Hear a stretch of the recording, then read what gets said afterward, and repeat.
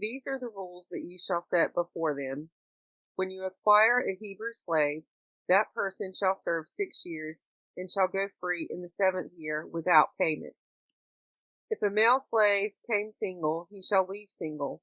If he had a wife, his wife shall leave with him. If his master gave him a wife, and she has borne him children, the wife and her children shall belong to the master, and he shall leave alone. But if the slave declares, I love my master and my wife and children, I do not wish to go free, his master shall take him before God. He shall be brought to the door or the doorpost, and his master shall pierce his ear with an awl, and he shall then remain his master's slave for life. When a parent sells a daughter as a slave, she shall not go free as other slaves do. If she proves to be displeasing to her master, who designated for her himself, he must let her be redeemed. He shall not have the right to sell her to outsiders, since he broke faith with her. And if the master designated her for a son, he shall deal with her as is the practice with free maidens.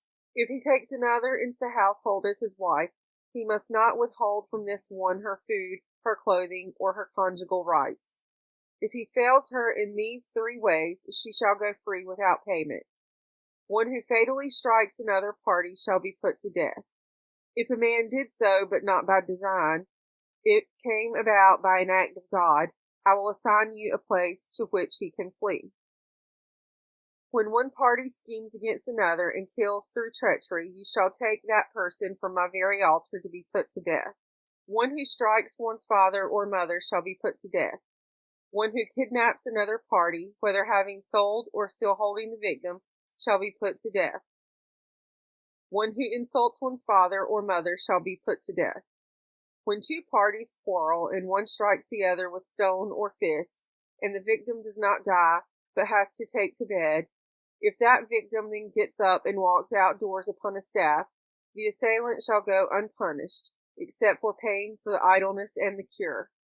When a slave-owning party strikes a slave, male or female, with a rod, who dies there and then, this must be avenged. But if the victim survives a day or 2, this is not to be avenged, since the one is the other's property. When 2 or more parties fight, and one of them pushes a pregnant woman and a miscarriage results, but no other damage ensues, the one responsible shall be fined according as the woman's husband may exact, the payment to be based on reckoning. But if other damage ensues, the penalty shall be life for life, eye for eye, tooth for tooth, hand for hand, foot for foot, burn for burn, wound for wound, bruise for bruise. When a slave-owning party strikes the eye of a slave, male or female, and destroys it, that person shall let the slave go free on account of the eye. If the owner knocks out the tooth of a slave, male or female, that person shall let the slave go free on account of the tooth. When an ox gores a man or a woman to death, the ox shall be stoned, and its flesh shall not be eaten, but the owner of the ox is not to be punished. If, however, that ox has been in the habit of goring, and its owner, though warned, has failed to guard it, and it kills a man or a woman, the ox shall be stoned, and its owner too shall be put to death. If ransom is imposed, the owner must pay whatever is imposed to redeem the owner's own life. So too, if it gores a minor, male or female, its owner shall be dealt with according to the same rule. But if the ox gores a slave, male or female, its owner shall pay 30 shekels of silver to the master, and the ox shall be stoned. When any party opens a pit, or when any party digs a pit and does not cover it, and an ox or an ass falls into it, the one responsible for the pit must make restitution, paying the price to the owner, but keeping the dead animal. When any party's ox injures a neighbor's ox and it dies, they shall sell the live ox and divide its price. They shall also divide the dead animal. If, however, it is known that the ox was in the habit of goring, and its owner has failed to guard it, that person must restore ox for ox, but shall keep the dead animal. When any party steals an ox or sheep and slaughters it or sells it, that person shall pay 5 oxen for the ox, and 4 sheep for the sheep. If the thief is seized while tunneling and beaten to death, there is no blood guilt in that case. If the son had already risen, there is blood guilt in that case. The thief must make restitution, and if lacking the means, it shall be sold for the theft. But if what was stolen, whether ox or ass or sheep, is found alive and in hand, the person shall pay double. When any party who owns livestock lets it loose to graze in another's land, and so allows a field or a vineyard to be grazed bare, restitution must be made for the impairment of that field or vineyard. When a fire is started and spreads to thorns, so that stacked, standing, or growing grain is consumed, the one who started the fire must make restitution. When any party gives money or goods to another for safekeeping, and they are stolen from that other party's house, if caught, the thief shall pay double. If the thief is not caught, the owner of the house shall depose before God and deny laying hands on the other's property. In all charges of misappropriation pertaining to an ox, an ass, a sheep, a garment, or any other loss whereof any party alleges, this is it. The case of both parties shall come before God. The one whom God declares guilty shall pay double to the other. When any party gives to another an ass, an ox, a sheep, or any other animal to guard, and it dies, or is injured, or is carried off with no witness about, an oath before Adonai shall decide between the two of them that the one has not laid hands on the property of the other. The owner must acquiesce, and no restitution shall be made. But if the animal was stolen from the guardian, restitution shall be made to its owner.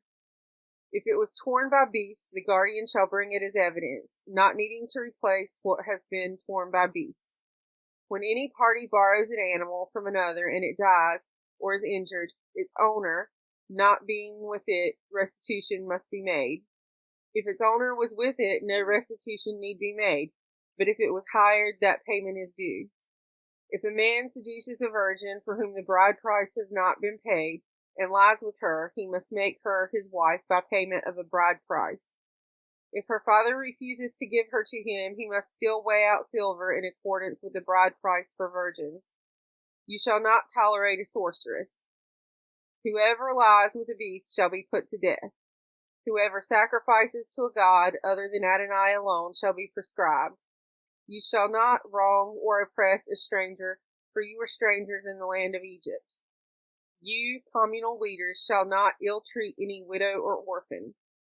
If you do mistreat them, I will heed their outcry as soon as they cry out to me.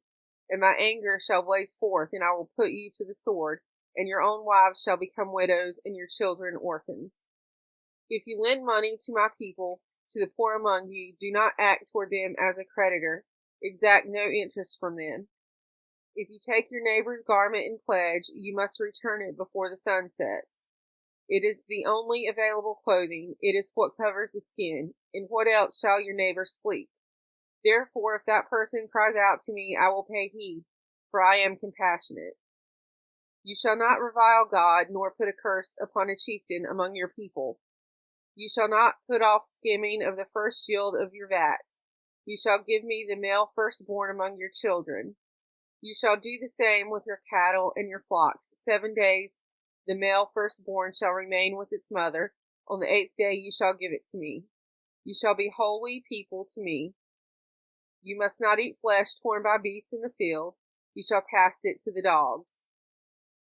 You must not carry false rumors. You shall not join hands with the guilty to act as a malicious witness. You shall neither side with the mighty to do wrong. You shall not give perverse testimony in a dispute so as to pervert it in favor of the mighty. Nor shall you show deference to a poor person in a dispute. When you encounter your enemy's ox or ass wandering, you must take it back.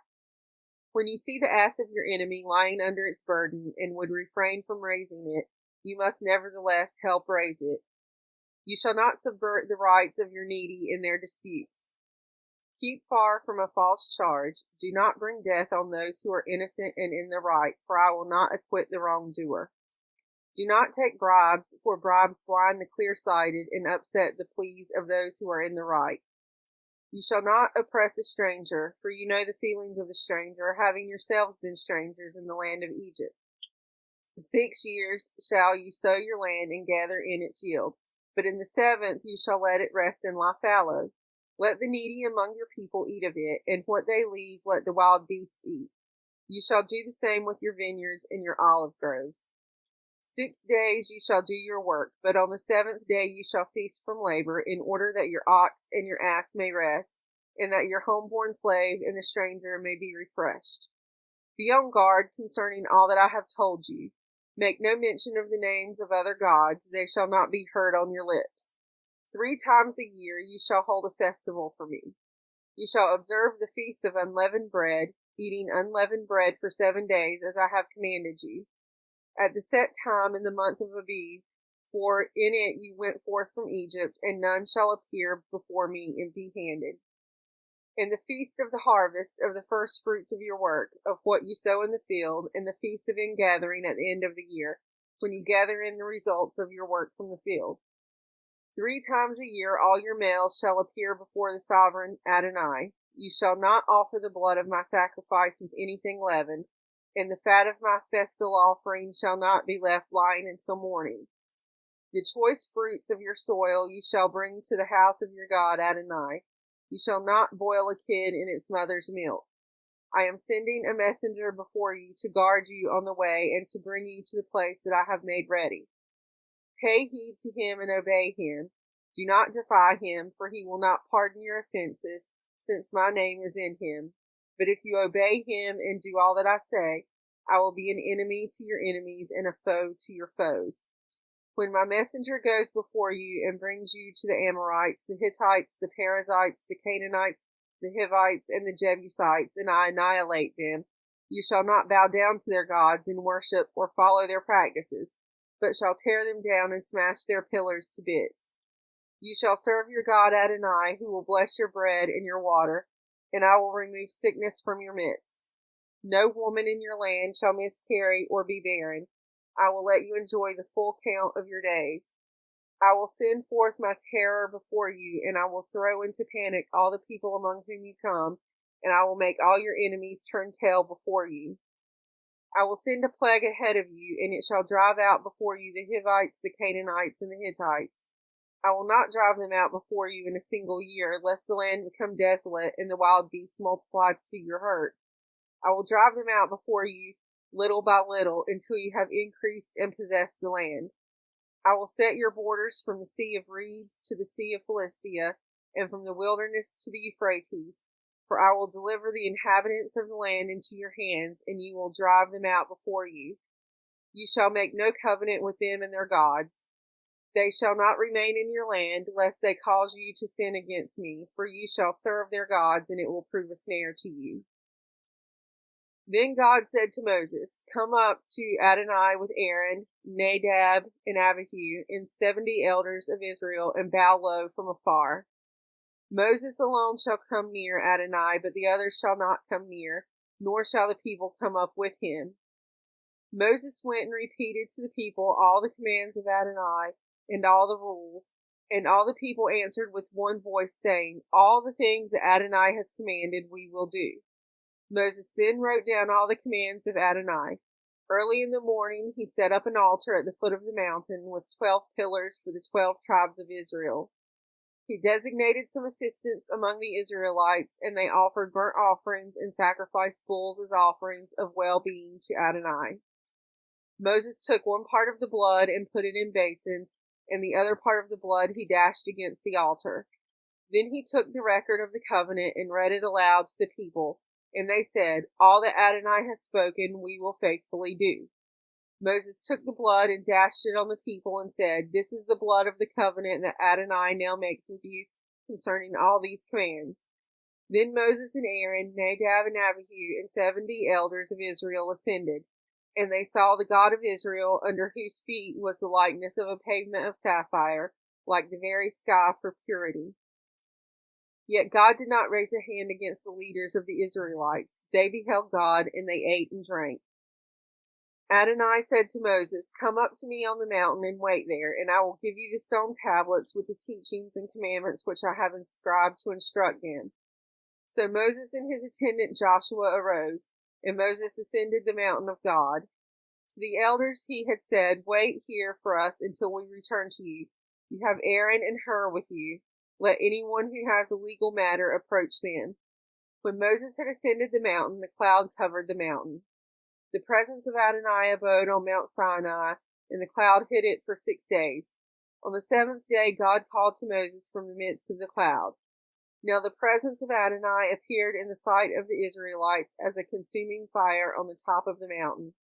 Moses went inside the cloud and ascended the mountain, and Moses remained on the mountain 40 days and 40 nights.